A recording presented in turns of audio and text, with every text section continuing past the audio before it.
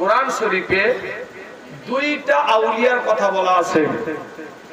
একটা ওলির কাছে যাওয়া হারাম আর একটা ওলির কাছে যাওয়া জায়েজ।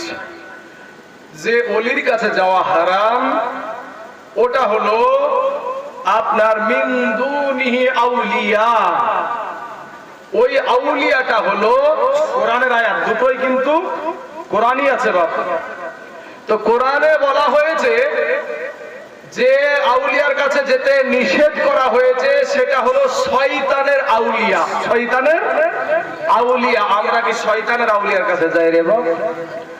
আমরা যাই আলা ইন্না আউলিয়া আল্লাহ। আউলিয়া, আউলিয়ার পরে কি আল্লাহ। আউলিয়া আল্লাহ, আল্লাহর আউলিয়া, আল্লাহ আউলিয়া। শয়তানের আউলিয়ার কাছে আমরা যাই না। কিন্তু দেখেন যারা আমাদের বিরোধী পক্ষে ভাই দলিল দেয় তারা ওই আয়াতটা খুঁজে পায়, এটা আর পায় না ভাই। তার জন্য আমরা বলি যে টিউবওয়েল তারাই কচুর শাক হয় বা কচুর শাক বুঝেন, খেলে চোখের জ্যোতি বাড়ে, ওরা এগুলো দেখতে পায় না। তার জন্য আমাদের তাদেরকে বলি কচুর শাক খাওয়ার পরামর্শ দিয়ে থাকি আমরা। আমরা যাদের কাছে যাই তারা হলো আল্লাহর আউলিয়া, শয়তানের আউলিয়ার কাছে আমরা যাই না।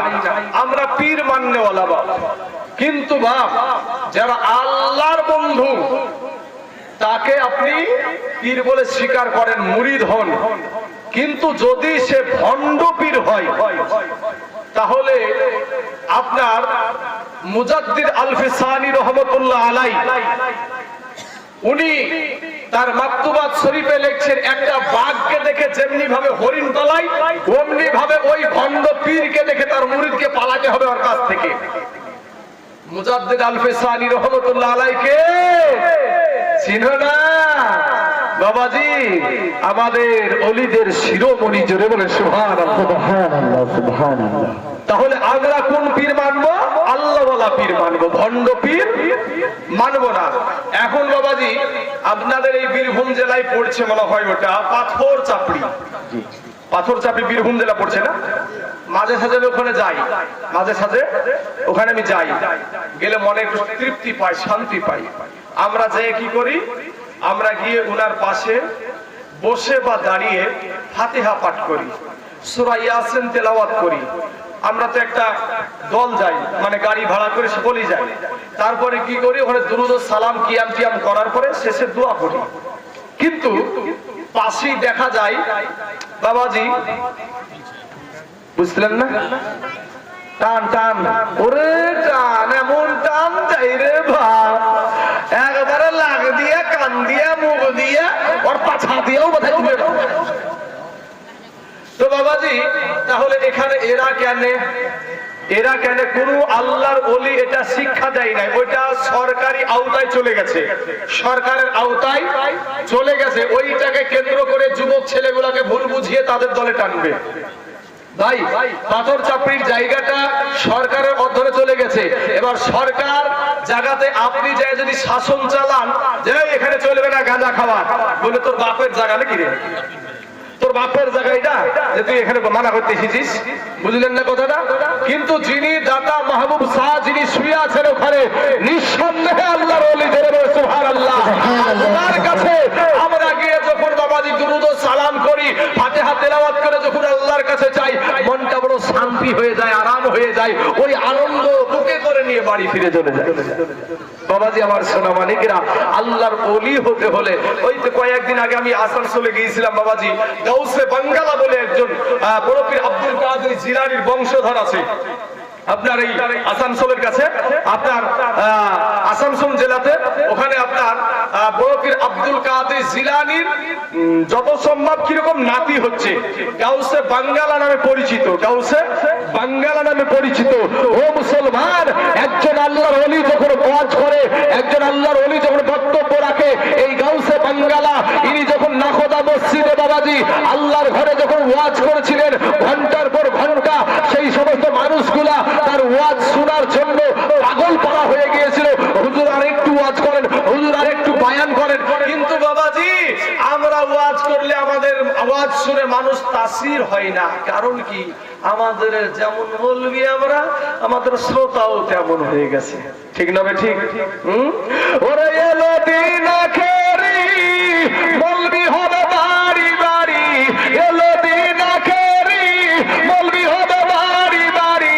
কোরআনের কথা বলবে, কোরআনের কথা বলবে, হাদিসের কথা বলবে, নিজেরা মানবে না। ঘন ঘন মসজিদ হবে কিয়ামতের নিশানা গো, ঘন ঘন মসজিদ হবে কিয়ামতের নিশানা। এরকম মৌলবি আছে না নাই বা? যার সাথে ডেট লিখে লিয়ার পরে বাবা যে অন্য জায়গায় বেশি টাকা পাইলে ওখানে ট্রেন দিয়েছি। তার লাগে শুধু আপনাদের মিললে হবে নাকি, মৌলবিদেরকে দেওয়া দরকার আছে নাকি? আমি যদি ওই রকম হইতে আমারও ঘরে পড়েছে, বুঝতে পেরেছেন? ওরে এলো দিন আখেরি, বলবি হবে বাড়ি বাড়ি।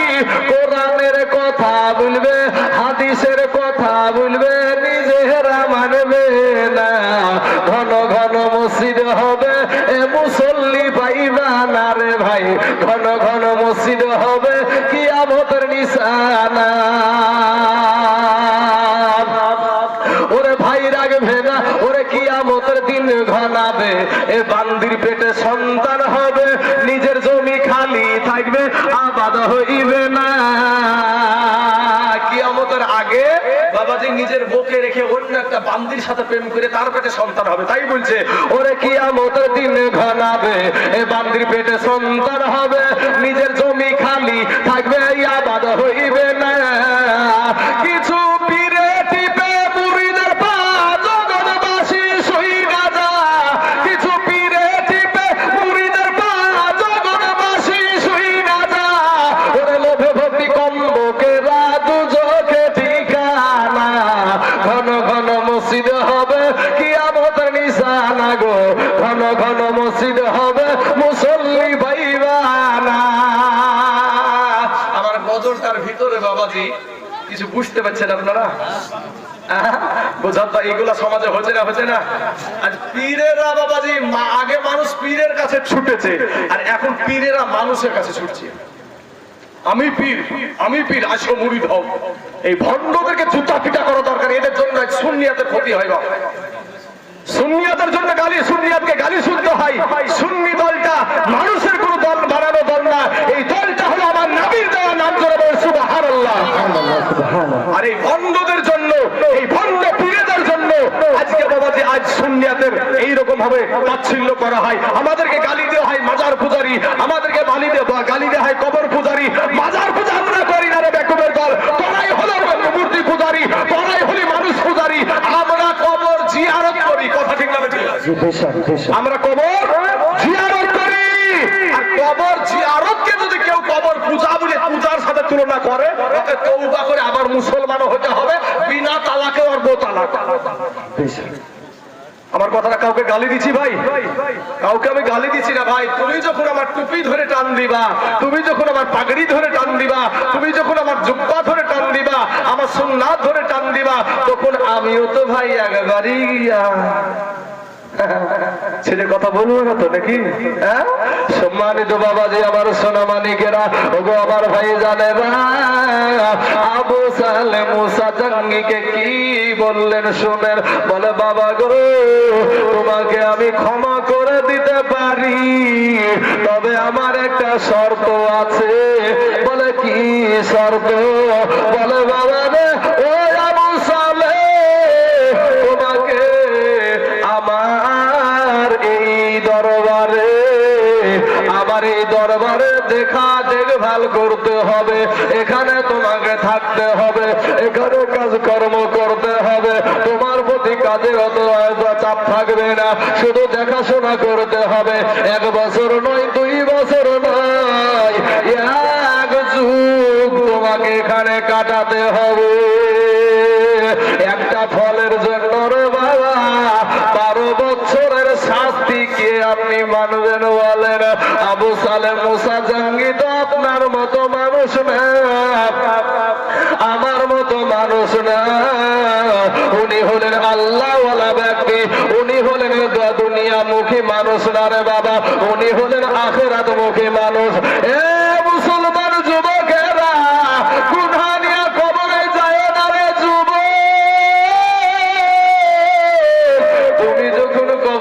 যাইবা ওই কবরে ৭৭ থেকে ৯৯টা বিষধর সাপ ছেড়ে দিবে রে বাবা। বিষধর সাপের একটা সাপের বাবা ৯টা করে মুখ হবে, আর ৯টা মুখ যদি হয় রে বাবা ৯৯টা সাপের যদি ৯টা করে মুখ হয় ৮,০০০-ও বেশি আপনার মুখ হয়ে যাবে। এতগুলা মুখ আপনাকে দংশন করবে। মুসলমান ভাই, আল্লাহর ওলিদের সোহবতে যাও, আলেম ওলামাদের সোহবতে যাও। ও মুসলমান, আমার আল্লাহ তোমাকে জান্নাতমুখী করে দিবে। জোরে বলেন সুবহানাল্লাহ। এ মুসলমান বাবা গো, ইন দি মিন টাইমে বাবা ওই আবু সালেহ আবার ওটাতে রাজি হয়ে গেল।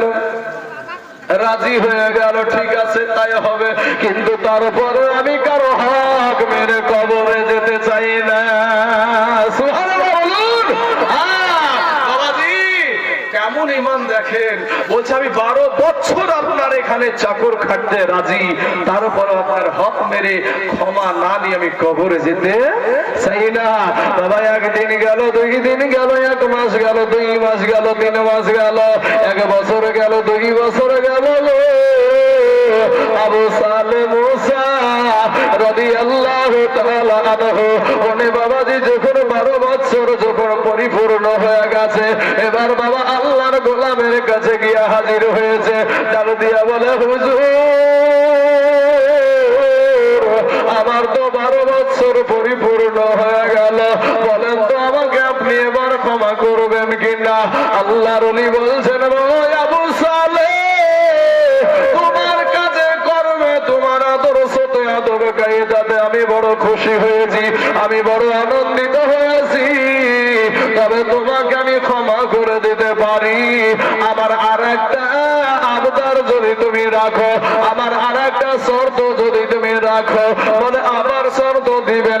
বলে হ্যাঁ, তোমাকে এবার আর একটা শর্ত দেব, এটা যদি তুমি মেনে নাও তাহলে তোমাকে আমি ক্ষমা করে দেব।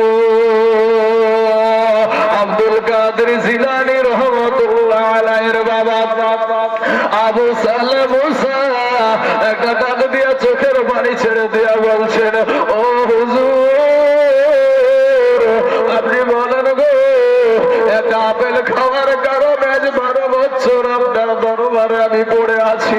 আজ 12টা বছর আমি কবরের ভয়ে, আজ জাহান্নামের ভয়ে আমি পড়ে আছি। হুজুর আপনি বলুন, আজকে হুজুর আপনি বলুন গো, একটাবার বলুন আপনার কাছে আমার কাছে কি আবদার রয়েছে? এ মুসলমান বাবা দিরা আমার ভাই জানেন, পর্দার মা খালা গো, শুনে জানা যে রাতের বেলা মা এবার আল্লাহর ওলি ডাক দিয়ে বলছে, আবু সালেহ গো, আমার একটা কন্যা সন্তান আছে, ওই কন্যা সন্তানটাকে তোমাকে বিবাহ করতে হবে, তাহলে তোমাকে আমি মাফ করে দেব, তোমাকে আমি ক্ষমা করে দেব। এবার আবু সালেহ মুসা জঙ্গি রহমতুল্লাহ আলাইহি বাবা ডাক দিয়ে বলছেন, ঠিক আছে বাপ, আপনার বিয়েকে আমি বিবাহ করতে চাই, এরপরও আপনার কাছে ক্ষমা চাই, কারণ আমি দুনিয়ামুখী হতে চাই না, আমি হতে চাই আখিরাত মুখী। জোরে বলেন সুবহানাল্লাহ। বাবা গো, ইন দি মিন টাইমে বাবা আবু সালেহ মুসা জঙ্গি রহমাতুল্লাহ আলাইহি ডাক দিয়া বলে, এ বাবা আবু সালেহ, তুমি রাজি হয়ে গেছো ঠিক আছে, কিন্তু আমার বিটির একটা বিবরণ তোমাকে আমি শোনাই, আমার বিটির একটু কথা তোমাকে শোনাই। বলে কি কথা বলো না? বলে শোনো গো, তুমি যাকে বিবাহ করতে চেয়েছো তাকে তুমি তার একটু কথা, তার একটু বায়ান তুমি শোনো। বলে বলে একটু শুনি।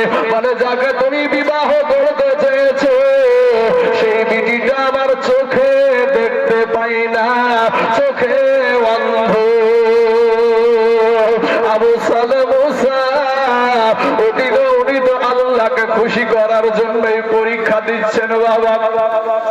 ডাক দিয়া বলে, আবু সালেহ, আর তুমি যেই মহিলাকে তুমি বিবাহ করতে চেয়েছো সেই মহিলাটার পায়ে ন্যাংরা, সে একটা আলো কুৎসিত মহিলা। এরপরে আবু সালেহ মুসা নিজের বিবেককে জিজ্ঞাসা করে আল্লাহকে বলে, আল্লাহ গো রব্বুল আলামিন, এরপরেও যেন আমি পরীক্ষায় যেন পাস করতে পারি। জোরে বলেন সুবহানাল্লাহ। বলে হুজুর আমি আসার পরে আপনি কি ক্ষমা দিবেন? বলে হ্যাঁ তোমাকে ক্ষমা করে দেব। বলে আমি বিবাহ করতে রাজি আছি। বিবাহ করার জন্য রাজি হয়ে গেল। এ মুসলমান মা খালা গো, এবার বাবাজি যখন বিবাহ নিকাহ পড়াইয়া দিয়েছে, দুইজনকে যখন কবুল করানো হয়ে গেছে, কালেমা পড়ানো হয়ে গেছে, ইন্দিন টাইমে বাসর সজ্জার রাত্রি, ফুল সজ্জার রাত্রি রে বাবা, আবু সালেহ মুসা জঙ্গি যাবে বাসরে, বাসরে যাবে। দরজাটা দেখায়া দিয়েছে শ্বশুর আব্বা।